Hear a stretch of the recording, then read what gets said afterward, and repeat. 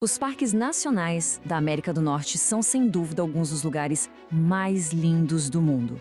Mas e se por trás de toda essa beleza existisse um segredo bem sombrio? Hoje a gente vai mergulhar num padrão de desaparecimentos que é, no mínimo, perturbador e que desafia qualquer explicação lógica. É exatamente essa pergunta. Uma pergunta bem assustadora que fica no ar depois que a gente analisa milhares de casos inexplicáveis. E é uma questão que um ex-policial, que virou investigador, vem tentando responder há anos. E o que ele encontrou é de arrepiar.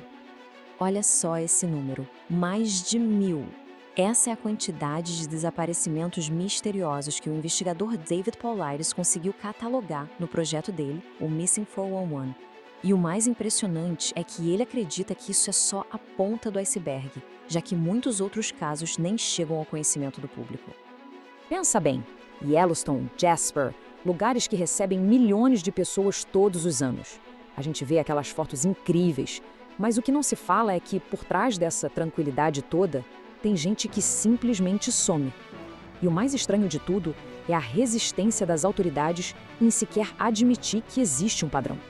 Então, vamos conhecer a figura central dessa história toda, David Paulides. Ele é um ex-policial que, depois de se aposentar, foi procurado por um guarda florestal. Esse guarda estava super preocupado com a quantidade de desaparecimentos inexplicáveis que ele via acontecer e nas buscas que ele mesmo participava.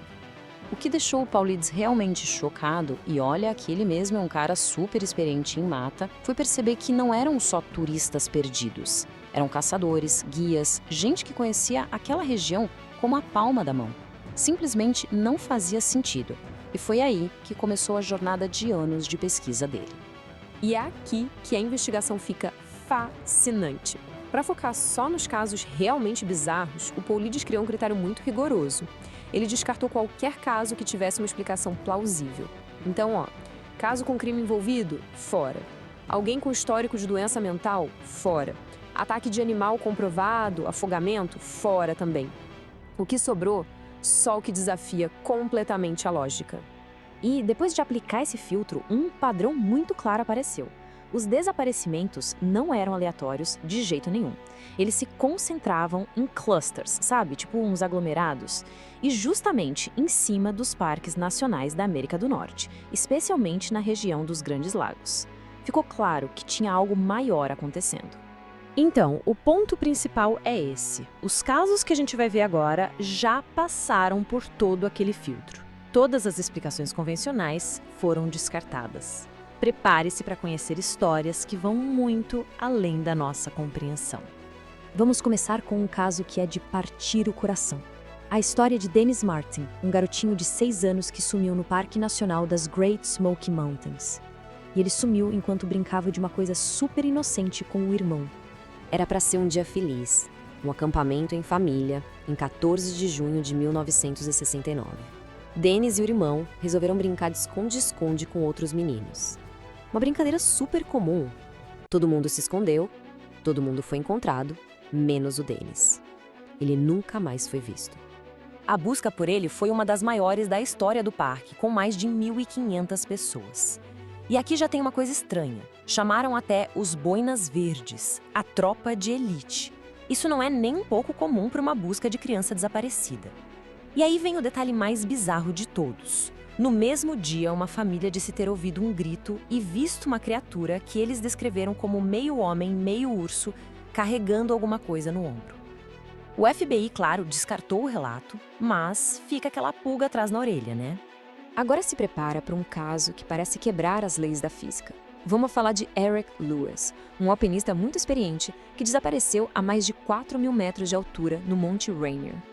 Tenta imaginar a cena, em julho de 2010. O Eric está escalando, amarrado fisicamente a 2 colegas pela mesma corda de segurança. Ele é o último da fila. No momento, ele está lá, e no outro, ele simplesmente desaparece. Pensa bem, ele estava fisicamente conectado aos parceiros.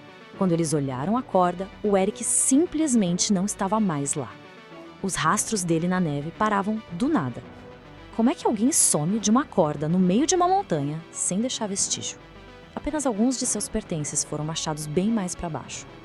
Nosso último caso nos leva para o Canadá Stephanie Stewart, uma vigia de incêndios de 70 anos, que desapareceu da sua torre de observação, um lugar super isolado no Parque Nacional Jasper.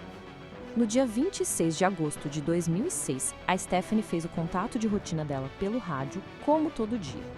Mas na manhã seguinte, na hora de se reportar de novo, só silêncio.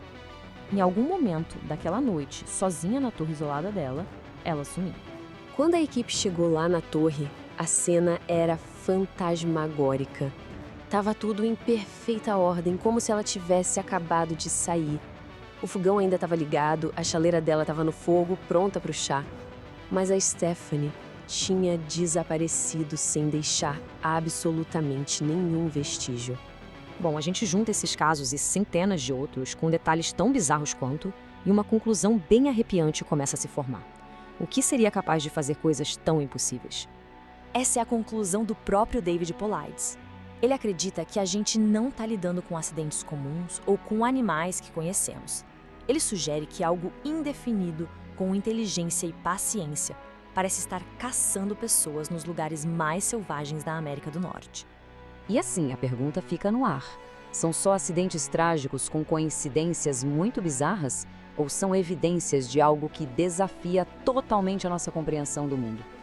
Da próxima vez que se está em um lugar selvagem, com aquela sensação de estar sendo observado, talvez não seja só imaginação.